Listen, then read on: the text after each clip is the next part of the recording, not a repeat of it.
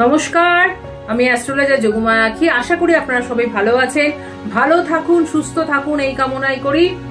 আজকে একটি বিশেষ টোটকা আপনাদের বলবো। আপনারা সবাই জানেন আগামী 9ই আগস্ট কিন্তু রাখি পূর্ণিমা, এবং এই রাখি পূর্ণিমাকে কিন্তু আমরা সৌভাগ্য পূর্ণিমাও বলে থাকি। কাজে এই দিন কি টোটকা বলবো সেটা একটু বলে দিই।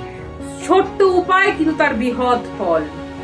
কি জন্য এই টোটকাটি করবেন? আপনি যাদের অর্থ একদম, সবাই বলে যে পার্স ফাঁকা হয়ে যাচ্ছে, কিছুতেই পার্সে টাকা থাকে না, একটা সময় দাঁড়িয়ে তাদের টাকা একদমই থাকে না, এক হাত দিয়ে আসে এক হাত দিয়ে বেরিয়ে যায়।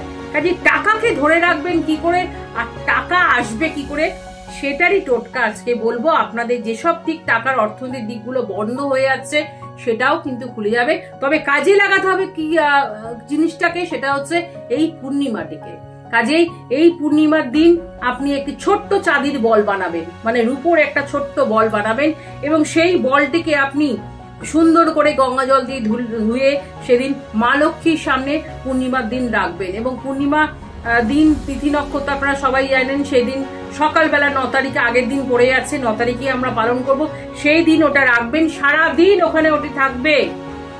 তারপর পরের দিন আপনি একটি ছোট্ট লাল শালু কাপড় কেটে ওই যে বললাম চাঁদির বলটাকে ভালো করে একটু ওই কাপড়টার মধ্যে দিয়ে একটা লাল সুতো দিয়ে পেঁচিয়ে আপনি আপনার পার্সে রাখুন বা লকারে রাখুন। 21 দিন বাদে থেকে আপনি বুঝতে পারবেন আপনার অর্থনৈতিক ফ্লো, বা যাদের পার্স ফাঁকা হয়ে যাচ্ছিল, হাতে একদমই টাকা পয়সা আসছিল না, থাকছিল না, তাদেরও কিন্তু বলবো ব্যাগ কিন্তু সবসময় ভর্তি থাকবে মা লক্ষ্মীর কৃপায়। কাজেই টোটকাটি করে দেখুন, ভীষণ ভালো ফল পাবেন। ততক্ষণের জন্য আপনারা সবাই ভালো থাকবেন, সুস্থ থাকবেন। নমস্কার।